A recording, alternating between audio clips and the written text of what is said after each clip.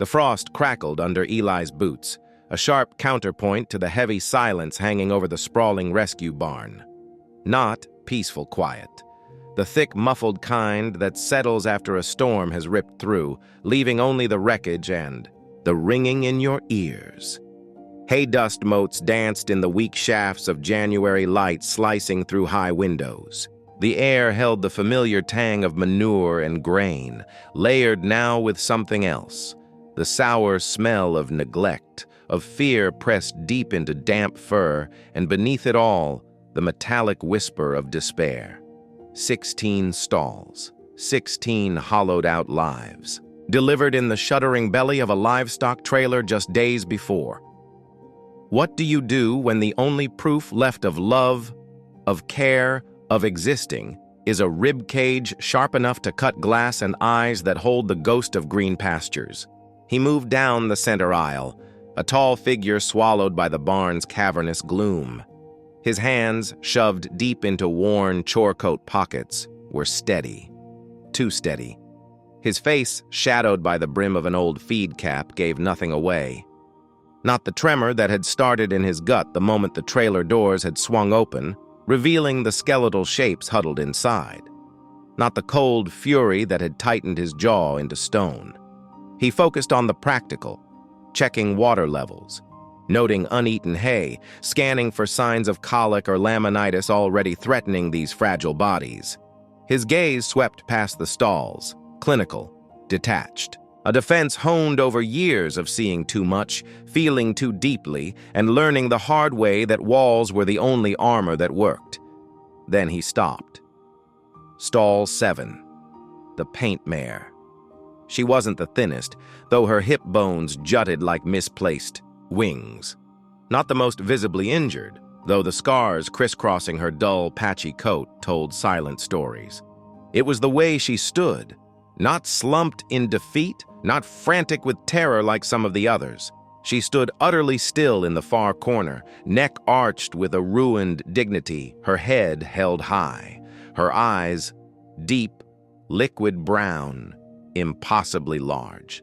In her gaunt face, looked not at him, not at the stall door, but through the rough-hewn planks, through the barn wall, fixed on some distant point only she could see, like a statue carved from sorrow and bone, anchored to a past no one else remembered. The air around her felt charged, thick with an unspoken grief that resonated against the hollow places inside Eli himself. He didn't mean to approach, he told. Himself, he was just checking her water bucket. His boots scuffed softly on the concrete. A single ear, matted with burrs, swiveled minutely towards the sound. The rest of her remained frozen. He stopped a few feet from the stall bars, close enough to see the tremor running beneath her thin skin, the shallow, rapid rise and fall of her ribcage. Her breath puffed out in small, white clouds. He held his own, slowly, deliberately avoiding. Direct eye contact. He lowered himself onto an upturned bucket just outside her stall, not facing her fully, but angled slightly away, presenting a non-threatening profile. He pulled a single, perfect apple from his pocket, a small luxury saved from his own lunch. The crisp snap as he broke it in half seemed unnaturally loud, in the hush. He placed one half carefully on the flat top of the stall door, well within her line of sight, but not thrust towards her. Then he simply sat, watching the dust motes, listening to the ragged symphony of 16 sets of lungs fighting for air in the cold barn, feeling the familiar leaden weight settle back onto his shoulders, the weight of failure. His father's voice, sharp with disappointment, echoing in the silence of an empty farmhouse years ago. Sentimental fool, animals are work, Eli, not therapy. Minutes bled away, marked only by the shifting light and the occasional stamp or snort from another stall. Eli didn't move. The apple half lay untouched. The mare's gaze never wavered from its distant anchor. The ache in his own chest deepened, a familiar companion. He was about to rise, to retreat into the numb rhythm of chores, when he saw it, a subtle shift. Not her head, still held proud and distant. But her near eye, the dark, liquid orb, slid almost imperceptibly sideways. Not looking at him, but acknowledging his presence. A flicker of awareness in the profound stillness. Her nostrils flared once, twice, drawing in the scent of the apple, the leather of his gloves, the lingering wood smoke on his coat. He stayed, breathed. The cold seeped through his jeans from the bucket. The silence stretched, taut. Then, with infinite slowness, as if moving through deep water, the mare's head began to lower, not submissively, but with a weary deliberation. She stretched her neck forward, her nose reaching tentatively toward the apple. Her lips barely brushed it, retreated, advanced again. Her breath, warmer now, ghosted over the fruit. She took another step closer to the stall door, her movement stiff, joints protesting. Her focus remained split, part on the apple, part on that distant point beyond the wall. She nudged the apple half. It rolled slightly. She stopped, ears flicking nervously, eyes darting towards Eli's still form. He didn't twitch. Finally, with a softness that belied the tension in her frame, she lipped the apple piece, her whiskers brushing the weathered wood of the door. She lifted it, took a single delicate bite. The crunch was barely audible. She chewed, her gaze momentarily losing its faraway focus, softening just for an instant as the sweet juice hit her tongue. Her eye found Eli again, not staring through him, seeing him, just for a breath. There was no trust there, not yet. Only a fragile, wary curiosity, a question hanging in the air between them, as cold and palpable as the frost outside. Eli didn't smile. He didn't move. But something shifted inside the fortress he'd built. A single stone, dislodged by the quiet crunch of an apple, by the unbearable weight of sorrow held so still in stall 7. He watched her take another small bite, the simple act feeling monumental in the desolate barn. He knew the protocol: patience, distance, let them come to you. He knew he should leave now, let this tiny moment settle. He started to push himself up from the bucket, muscles stiff with cold and tension. His boots scraped on the concrete as he turned, intending to walk back down the aisle towards the tack room, towards the familiar numbness. He took 2 steps, then stopped. A sound behind him. Not a whinny, not a stomp. Just the soft, deliberate clop of a single unshod hoof on concrete. Then another. He didn't turn around immediately. He held his breath, listening. The sound followed him, slow, hesitant, but persistent. Clop, clop. He turned his head, just enough to see out of the corner of his eye. The paint mare stood pressed against the bars of her stall door, her head stretched out as far as it could reach, her dark liquid eyes fixed on his retreating back. She wasn't calling out. She wasn't demanding. She was just following, watching him walk away. As if the fragile thread spun by a shared apple and a moment of silent witnessing was already stronger than the walls of her stall, stronger, perhaps, than the walls Eli had spent years constructing around his own heart.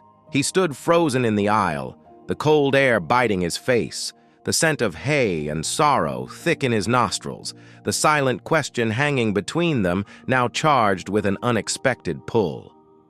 Why follow? What memory? What instinct? What echo of? A connection lost made her reach through the bars towards this broken man walking away. He didn't move. He didn't dare.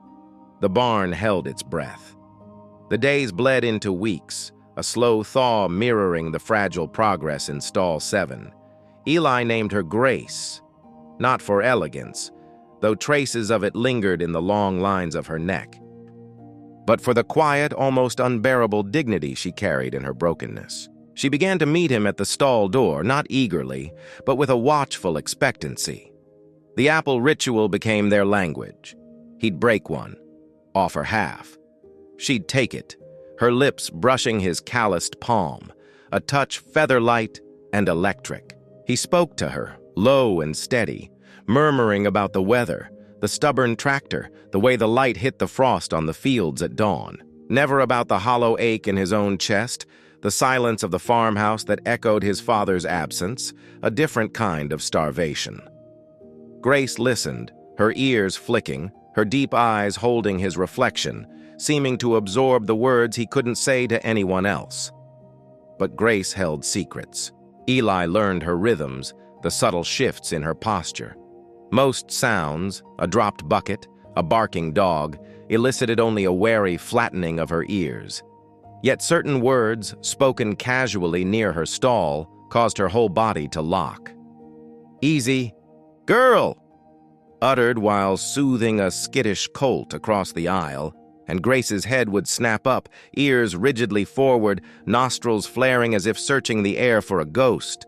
"Good boy," said to the old farm dog, and Grace would let out a soft, shuddering breath, a sound that wasn't fear but something deeper, older, a longing that vibrated in the quiet barn. She'd stare at Eli then, not through him, but into him, with an intensity that made his throat tighten. What echo did those simple phrases trigger in her ravaged memory? Whose voice did she still strain to hear? The tension coiled tighter, a silent spring within Eli himself. He found himself lingering at her stall long after chores were done, drawn by that unspoken connection, yet terrified by its depth. He'd built his life on self-reliance, on the stoic acceptance his father had drilled into him. Grief was a private thing, a weight to be carried alone. This tentative bridge to another wounded creature felt dangerous, a crack in his carefully constructed walls. He'd catch himself wanting to rest his forehead against her neck, breathe in her dusty, grassy scent, and confess the loneliness that gnawed at him. He always pulled back. Sentimental fool. The old accusation echoed. Vulnerability was a luxury he couldn't afford, a weakness that invited more pain. The breaking point came on a raw, gray afternoon. He was sorting through a forgotten box of his father's things in the tack room, a task he'd avoided for years. Dust motes danced in the weak light filtering through the dirty window. Bills, faded seed catalogs, a broken bridle. Then, his fingers brushed against brittle paper tucked beneath a coil of old rope. A letter. The handwriting, once bold and decisive, was shaky, spidery, addressed to him. The date, scrawled in the corner, was mere weeks before the massive heart attack that took his father alone in that silent house. Eli's breath hitched. He hadn't known it existed. He sank onto a dusty hay bale, the paper trembling in his hands. The words blurred at first. Apologies clumsy and halting for harsh words, for expectations too heavy. Regrets for things left unsaid, for love expressed only through gruff instruction and criticism. Always saw the farmer in you, Eli. Wanted you strong. Forgot to tell you I saw the good man too.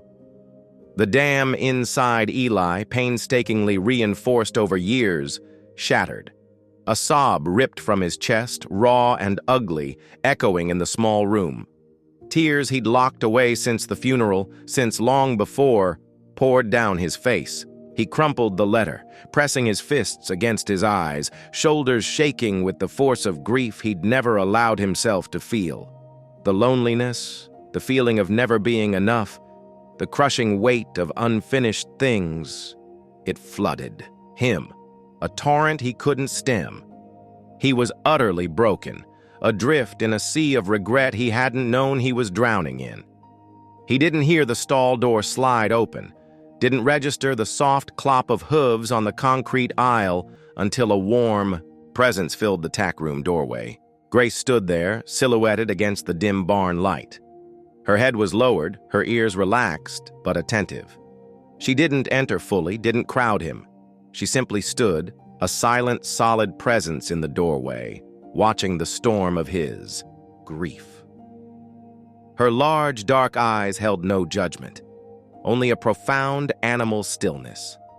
The scent of hay and horse and dust filled the small space, grounding amidst the emotional chaos.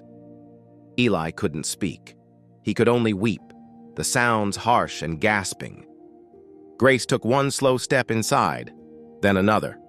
She didn't nuzzle, didn't demand. She moved with infinite gentleness until she stood beside the hay bale where he hunched. Eli felt the warmth radiating from her body, smelled the sweet hay on her breath. He lifted his tear-streaked face, expecting her to shy away from his raw emotion. Instead, she lowered her great head. Slowly, deliberately, she rested the broad, flat plane of her forehead against his chest, right over his pounding, aching heart. The weight of it was immense, anchoring.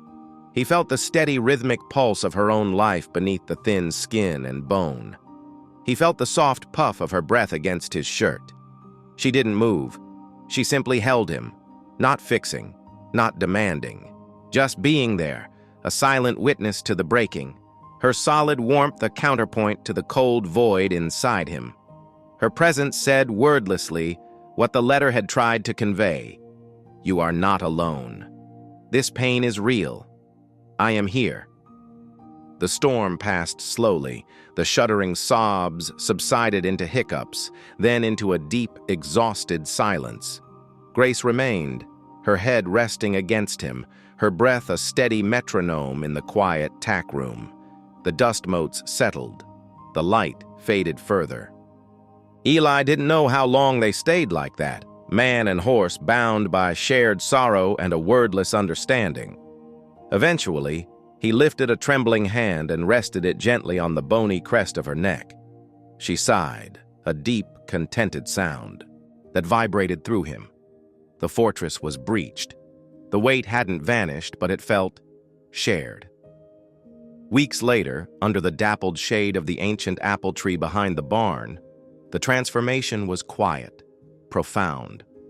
Grace stood hip-shot, dozing, her coat now holding a faint bloom. The terrifying sharpness of her ribs softened. Her eyes, once fixed on some distant agony, now followed Eli with calm awareness. He leaned against the gnarled trunk, not slumped, but relaxed. The lines around his eyes, etched by years of stoicism, seemed less deep. He watched Grace, a simple contentment radiating from him that hadn't been there before.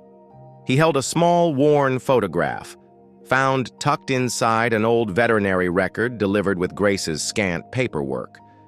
It showed a young girl, maybe 10, beaming with unrestrained joy, her arms thrown around the neck of a vibrant, healthy paint mare. The mare had a distinctive splash of white, like spilled milk, across her left shoulder, the same splash Grace bore beneath the scars. Written on the back in a child's careful script, "Me and Daisy, best friends forever." He hadn't made the connection before, lost in his own grief and hers. Daisy. Good girl, Daisy. The words that had made Grace shudder. He looked from the photo to the mare drowsing peacefully in the spring sunshine. The girl's smile was wide, trusting, full of love. What had happened? How had Daisy become Grace, starving in a stall? The mystery remained, but the ache it brought was different now. It wasn't just sorrow, it was reverence for the love that had once been, for the resilience that had carried this broken creature through darkness. Grace, Daisy, had been someone's everything. And now, somehow, she was becoming his. He pocketed the photo and pushed off the tree trunk. Grace's eyes opened, soft and alert. She ambled towards him, not for an apple, but for the connection. She stopped close, her warm breath stirring the hair at his temple. He rested his hand on her neck, feeling the strong pulse of life beneath his palm. He looked out across his fields, greening with new growth, no longer just a burden of responsibility, but a promise. The silence of the farmhouse didn't feel so heavy anymore. He had carried his grief like a stone, believing it was his alone to bear. Grace had carried her own history of loss and abandonment. Yet here they stood, two broken creatures leaning into each other's quiet strength, finding solace not in forgetting, but in simply being seen. He thought of the letter, of the words finally spoken too late. He thought of the girl and her beloved Daisy. He thought of the long road Grace had walked to end up here, under this apple tree. Breathing, slow and steady beside him, a gentle nudge from her velvet muzzle brought him back. He met her deep, knowing gaze. A faint breeze rustled the new leaves above them. In that shared silence, under the dappled light, Eli understood the final gift. Grace hadn't just offered comfort in his moment of shattering. She hadn't just carried the ghost of a little girl's love. She had shown him, in her patient, wordless way, that carrying the weight didn't mean carrying it alone. That healing wasn't about erasing the past, but finding the courage to lean into the present, to trust again, to live again, even with the scars. He rested his forehead gently against hers, breathing in the scent of sun-warmed horse and earth and new beginnings. The future wasn't fixed, the past wasn't forgotten, but the ground beneath his feet felt solid, finally, for the first time in years. Sometimes, the deepest healing comes not from words spoken, but from a quiet presence and the unexpected. Realization that the ones who carry us through the storm are often the ones we least expected to find beside us in the rain. If this story of silent courage and unexpected healing touched your heart, subscribe now. Hit that bell icon so you won't miss our next journey into the raw, beautiful moments where broken souls find each other. Leave a comment below telling us what moved you most. Your stories inspire ours. And share this with someone who needs a reminder that hope, like grace, often arrives in the quietest, most resilient forms. Be here for the next story that just might mend a piece of your own heart.